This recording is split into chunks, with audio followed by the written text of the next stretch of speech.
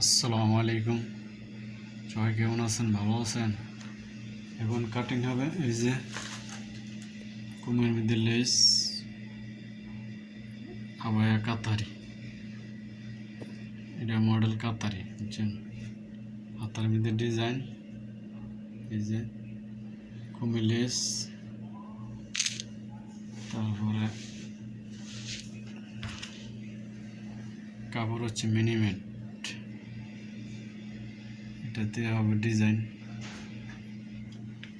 এই যে দেখছেন সব বোরকা, আরবিতে বলে আবায়া, বাংলাতে বলে বোরকা।